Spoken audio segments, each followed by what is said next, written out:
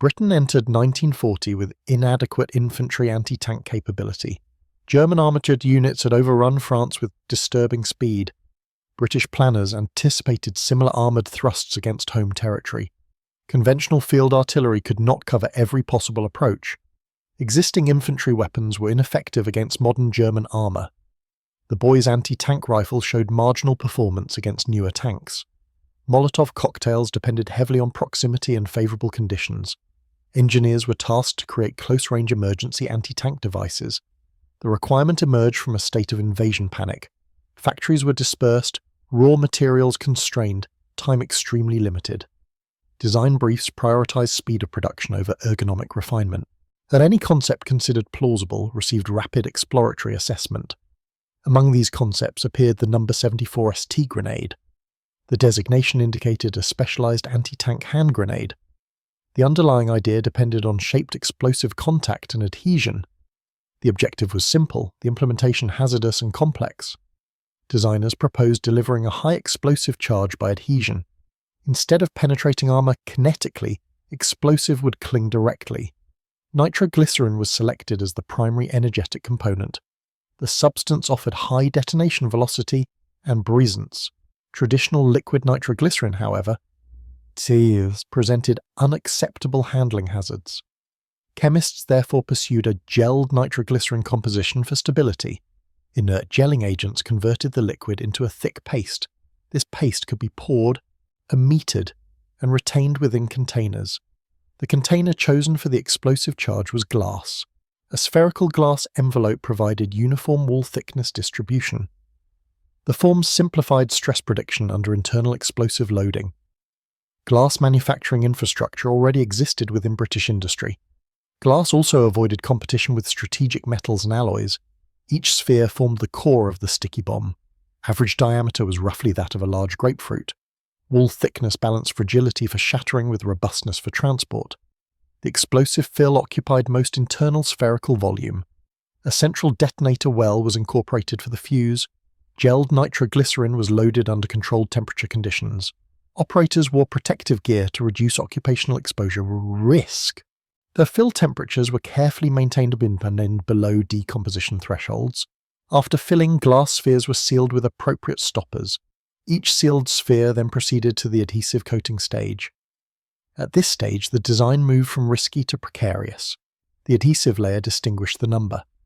74 from conventional grenades. Adhesion was required to defeat tank armour geometry constraints. Sloped plates and moving hulls demanded strong tack under motion. Developers experimented with various viscous and elastic adhesive formulations. Resins, natural rubbers, and proprietary birdlime mixtures saw evaluation. The final recipe emphasized immediate tack and extended working time. Viscosity needed to support the glass sphere's total mass. Shear strength needed to resist slipping on metal surfaces. And adhesive was applied as a continuous external coating. Operators coated the glass sphere using dipping or brushing. Coating thickness was maintained within specified tolerances by inspection. Too thin, adhesion failed. Too thick, handling worsened. Freshly coated spheres were placed onto non-stick racks for curing. Drying time varied according to the humidity and ambient temperature. Incomplete drying produced smearing, stringing, and unpredictable handling characteristics. Overdrying reduced stickiness, undermining basic mission requirements. The sticky coating created immediate logistical complications during storage. Coated glass spheres could not be stacked directly together. Contact surfaces would bind, tear, or contaminate the adhesive layer. To solve this, designers introduced an external protective shell. Then the shell consisted of thin sheet metal segments around sphere. This casing prevented accidental contact and preserved adhesive integrity. The casing also reduced breakage during transport and handling. However, it introduced additional steps to deployment under stress. The metal casing locked around the adhesive-coated glass sphere. Retention clips and seams maintained shell integrity during shipment. Each case sphere was further enclosed in a fabric bag. A coarse stockinette cover provided additional mechanical protection externally. This bag also served to trap fragments after detonation. Engineers believed fabric could improve post-adhesion stability on armour. The entire assembly resembled a large fabric-wrapped metal object. A wooden handle and fuse assembly completed the weapon. The handle housed the striker, detonator, and safety devices. Standard British grenade fuse principles guided the internal arrangement. A pull cord released the striker against the detonator cap. Delay composition burned for several seconds before initiating the charge. Twin safety pins prevented accidental arming before intended deployment. Procedures required both pins remain engaged during transport. Only immediately before throwing would the operator remove safeties. Even with these measures, risk remained significantly elevated. The official operating procedure contained multiple sequential manual actions. First, the thrower removed the outer fabric cover. Second, the metal shell segments were released and discarded. This exposed the adhesive-coated glass surface to the environment. Third, the operator removed designated safety pins sequentially. Fourth, the pull cord activated the fuse and started delay. Finally, the bomb was pressed or thrown onto enemy armor. Correct execution required composure extremely close to hostile vehicles. Engineering documentation acknowledged extremely short effective engagement distances. Recommended employment range was essentially direct contact with armor. Home Guard units received training to approach tanks from concealment. The instruction stressed attacking tracks, engine decks, or side plates. Throwers were expected to exploit limited tank commander visibility.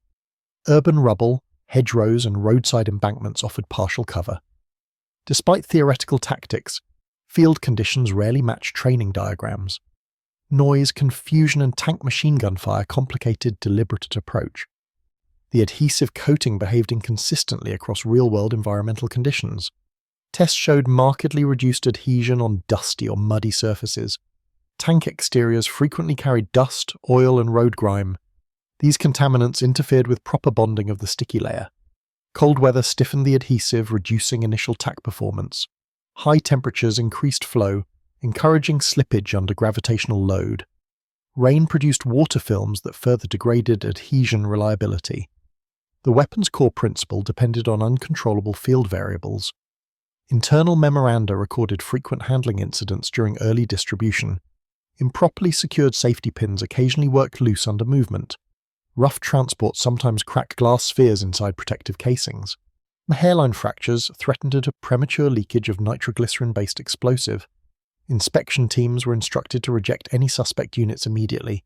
Rejected grenades required dedicated disposal procedures at controlled facilities. Disposal operations consumed personnel time and introduced additional exposure opportunities. The system imposed a continuous maintenance burden on logistics organizations. Training ranges presented a distinct set of difficulties and hazards. Live practice demanded realistic manipulation under simulated combat stress.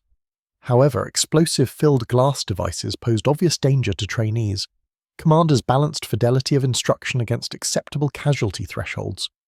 Some courses relied heavily on inert drill versions without explotive. These substitutes could not fully replicate adhesive and weight behavior. Trainees accustomed to inert bombs sometimes mishandled live devices. Differences in stickiness and fragility surprised operators during exercises. Accident reports documented bombs adhering to unintended surfaces. Common incidents involved grenades sticking to uniforms mid-throw. Loose webbing, wool sleeves, or greatcoat folds caught adhesive surfaces. Once stuck, removal within delay time proved difficult or impossible. Standard guidance recommended dropping to the ground immediately afterward. This response offered limited protection at the ranges involved. Fragments and blasts still inflicted serious injuries on nearby personnel. Medical summaries described pattern wounds consistent with close proximity detonations. Additional mishaps occurred when bombs adhered to static range structures. Wooden barricades, sandbag revetments, and training dummies often received grenades. Recovering stuck live bombs from training surfaces presented major challenges. Specialist bomb disposal personnel were frequently required for resolution. Each incident generated paperwork, investigations, and revised local instructions. Cumulative evidence gradually modified perceptions regarding the grenade's practical value. Confidence in the weapon eroded as incident counts accumulated. Some units responded by restricting live training to absolute minimums. Chemical stability of the nitroglycerin gel also raised concerns. Over time, gelled formulations could exhibit phase separation tendencies. Exudation of liquid nitroglycerin onto glass surfaces became possible. And even minor exudation increased sensitivity to shock and friction. Storage depots monitored temperature to delay such degradation processes. Nevertheless, wartime storage conditions rarely remained ideal across all facilities. Rail transport, unheated sheds, and fluctuating climates accelerated aging. Aging bombs showed greater sensitivity and unpredictable detonation behavior. Maintenance instructions required regular inspection of stored stocks. Storekeepers examined casing integrity, labels, and date markings. Suspect batches were segregated pending technical officer evaluation. Segregation consumed space within constrained depot storage layouts. Technical officers authorized destruction when risk exceeded operational benefit. Destruction procedures involved remote detonation or controlled burning pits, and each disposal operation removed another portion of already limited inventory. Replacement demands strained production facilities already working at capacity. Despite these problems, production initially expanded to meet demand. The Home Guard represented a primary intended user population. These formations possessed limited access to heavier anti-tank weapons. Sticky bombs promised theoretically potent capability at low material cost. Glass, adhesives, and gelled explosives avoided high-grade steel consumption. From a resource perspective, the design aligned with emergency priorities. However, resource efficiency did not equal practical effectiveness in combat. Operational feedback began to diverge sharply from procurement optimism. Reports from units describe mixed experiences during field deployment. Some platoons expressed satisfaction when bombs functioned as intended. Successful attachments to stationary vehicles occurred during controlled demonstrations. However, real-time engagements against moving armour proved extremely challenging. Approach distances required exceptional courage and favourable terrain conditions. Tank-supporting infantry frequently disrupted attempts to close within range. Machine gun fire discouraged operators from exposing themselves near tracks. Any hesitation or misstep during the arming sequence magnified personal risk. Comparative trials evaluated the sticky bomb against alternative anti-tank measures. Tests included conventional high-explosive charges placed on armour plates. Engineers measured crater dimensions, plate cracking, and spalling patterns. The results confirmed that direct contact charges could damage thinner armour sections. However, shaped charges delivered superior penetration with smaller explosive quantities. Shaped charge technology was still developing within British research establishments. Eventually, designs like the Piat adopted focused blast principles operationally. The number 74 remained an interim solution bridging developmental gaps. The bureaucratic pathway from concept to widespread issue was complex. Committees approved designs based on laboratory data and limited trials. Documentation emphasized theoretical effectiveness under controlled conditions. Risk acceptance thresholds were adjusted due to invasion fears. Some hazards considered unacceptable in peacetime became tolerated temporarily. Nevertheless, an internal correspondence reveals persistent unease about safety margins. Certain staff officers argued for constrained distribution to specific contexts. Others pressed for maximum issue, citing imminent invasion possibilities. Manufacturing plants received detailed process instructions and inspection standards. Quality control personnel checked glass spheres for bubbles and inclusions. Adhesive mixing vats were monitored for viscosity and composition consistency. Sample batches underwent peel and shear adhesion tests on steel. Fuse mechanisms were tested for delay reliability and striker energy. Any deviation triggered corrective actions along the production line. Despite these efforts, variability remained inherent within wartime manufacturing systems. Human fatigue, material substitutions, and rushed schedules all contributed defects. The logisticians confronted unusual packaging requirements for the weapon. Standard ammunition crates were not optimized for sticky glass spheres. Designers developed partitions and cradles to immobilize individual grenades. These inserts prevented collisions that could crack glass or disturb adhesive. Crates contained detailed warning labels regarding handling and storage orientation. Transport instructions specified careful loading to avoid crushing pressure. Even with precautions, long rail journeys induced vibration-related risks. Occasional breakages generated dangerous contamination inside transport containers. Their weapons' reputation deteriorated as such episodes became widely discussed. Soldiers often placed higher trust in simpler, more robust devices. A conventional grenade rarely adhered itself to the thrower's equipment, and a failed conventional grenade usually fell away from the user. The sticky bomb inverted this intuitive expectation under certain failure modes. Instead of leaving the soldier, the bomb might return. This inversion fundamentally damaged psychological acceptance among frontline personnel. Practical perceptions often outweighed formal test data in operational environments. Some units implemented informal restrictions exceeding official guidance documents. Commanders limited sticky bomb issue to selected volunteers only. Others stored the weapons but avoided active integration into plans. Occasionally, entire stocks remained unopened throughout specific deployments. Manuals described the grenade as part of anti-tank doctrine. Local practice, however, treated it as a last resort instrument. That this divergence between doctrine and reality characterizes many emergency wartime designs. The number 74 serves as a particularly clear illustration. In theatres where tanks appeared less frequently, motivation declined further. Infantry fighting lighter vehicles preferred simpler explosive charges or mines. Engineers could improvise satchel charges using standard explosives and containers. Such improvised devices lacked adhesive, therefore avoided uniform attachment incidents. The additional preparation time was acceptable in defensive scenarios. Consequently, sticky bombs sometimes remained unused even in stock depots. Distribution did not guarantee operational utilization across all formation types. Usage patterns depended strongly on local tactical expectations and experiences. Formal safety reviews continued as more accident records accumulated. Medical services provided aggregated data on training-related explosive injuries. Analysts compared incident rates between different grenade types across formations. The number 74 consistently displayed elevated accident frequencies per 1,000 users. Many incidents occurred during non-combat training or routine handling activities. This undermined arguments that risks were offset by battlefield effectiveness. A weapon seldom used in combat justified fewer tolerable peacetime casualties. Policy discussions began to favor gradual withdrawal from frontline use. Parallel development of more advanced anti-tank systems accelerated substitution. Introduction of the PAAT provided infantry with standoff capability. Though demanding physically, the PIAT allowed engagement from greater distances.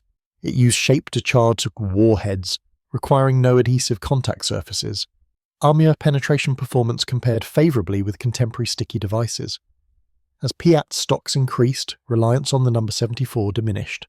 Commanders reassigned training time toward the newer system's employment procedures.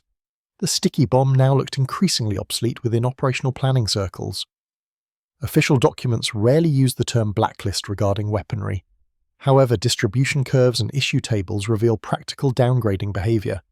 Procurement orders declined even before explicit cancellation instructions circulate. Units returned unused grenades to depots during equipment rationalizations.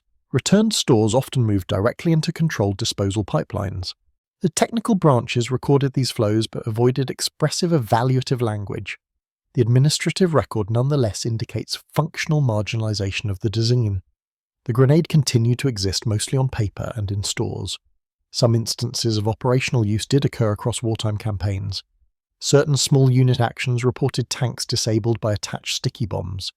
These events usually involved favourable terrain and prearranged ambush positions. Attackers exploited low speed, restricted visibility, or stationary targets. Such successes demonstrated the underlying physical concept's conditional validity. However, reproducibility under varied conditions remained limited and unreliable.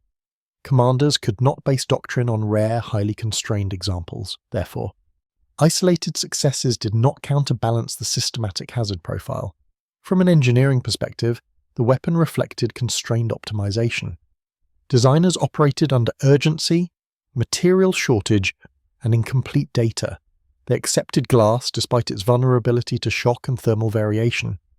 They accepted nitroglycerin despite its known sensitivity to impact. They accepted adhesive despite environmental susceptibility to moisture and contaminants.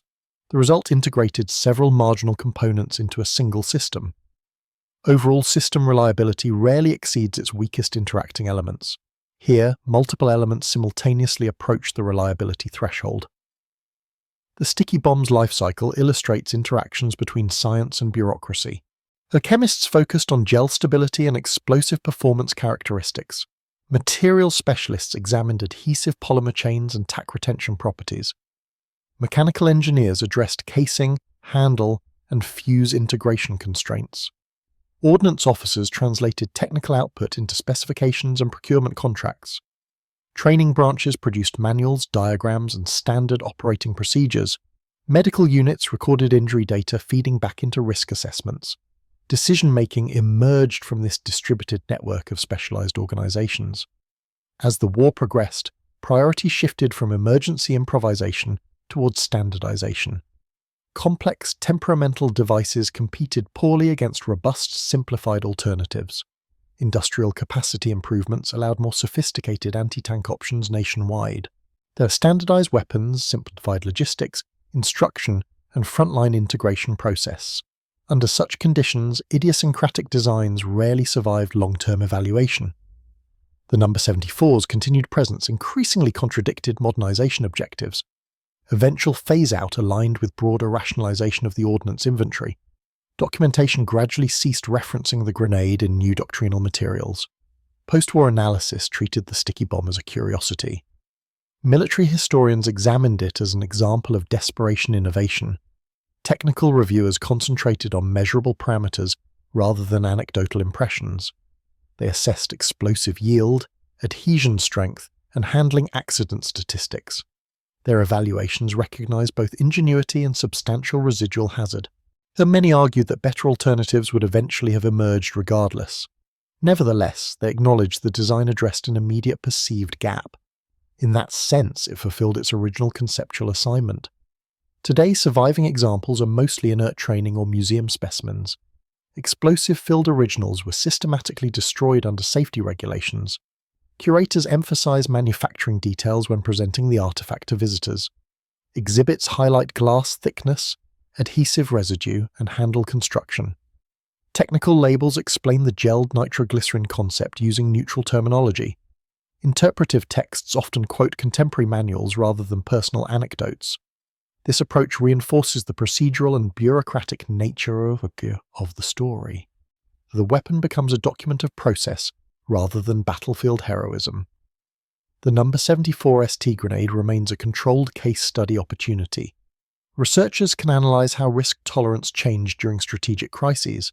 They can trace how committees framed danger in quantitative and qualitative language. They can examine how field reports were summarized for higher headquarters. They can map how procurement inertia delayed withdrawal despite accumulating evidence. They can relate technical limitations to human interface design under stress. The grenade's history therefore extends beyond its immediate operational timeframe.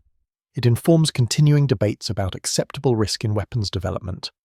For the individual soldier, the calculus stayed more straightforward. He observed whether the device behaved predictably in his hands, and he compared it against alternative tools available for the same task. He listened to incident stories from neighboring platoons and companies. He watched which weapons instructors personally demonstrated during live exercises. These informal evaluations shaped adoption more strongly than distant memoranda. In that informal system, the sticky bomb ranked poorly. Many soldiers concluded it endangered them more than enemy vehicles. Ultimately, the weapon functioned as much as a psychological object. It signaled that authorities were attempting to address tank threats. It populated equipment tables with an officially designated anti-tank grenade. Its presence offered reassurance on paper to staff planners. However, genuine anti-tank capability derived increasingly from other technologies. And those technologies separated operator from target by greater distances. They transferred complexity from human muscle to mechanical or ballistic systems. In contrast, the sticky bomb retained high manual involvement and risk. The No. 74 demonstrates the consequences of combining multiple marginal technologies. Gel explosives, fragile casings, and environmental adhesives formed interdependent vulnerabilities. Each vulnerability amplified the others when field conditions deteriorated simultaneously. Dust, cold, and stress interacted with gel chemistry and glass fragility. Under favorable conditions, the system could work as intended. Under typical wartime conditions, the probability of deviation increased significantly. The cumulative effect generated its reputation as a self-endangering device, and that reputation ultimately constrained its practical use more than formal orders. The sticky bomb left behind no famous battles centered on it. Its legacy persists instead through documents, photographs, and surviving examples. These records reveal how far authorities were prepared to experiment. They show how doctrines attempted to integrate a fundamentally awkward tool. They demonstrate how training accidents can reframe a weapon's perceived value. They highlight the structural tension between urgency and prudence in procurement. Under intense pressure, boundaries of acceptable design shift measurably outward. The number 74 marks one such temporary boundary extension visibly. In the end, the grenade occupied a transitional position. It bridged the gap between improvised contact charges and modern shape charge launchers. And it combined chemical, mechanical, and human factors in one compact device. The design solved some problems while introducing substantial new ones. Subsequent systems learned selectively from both its strengths and weaknesses. Later engineers avoided glass and highly sensitive explosives in similar roles.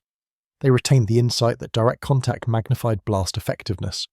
Thus, even an unofficially blacklisted weapon contributed indirectly to progress.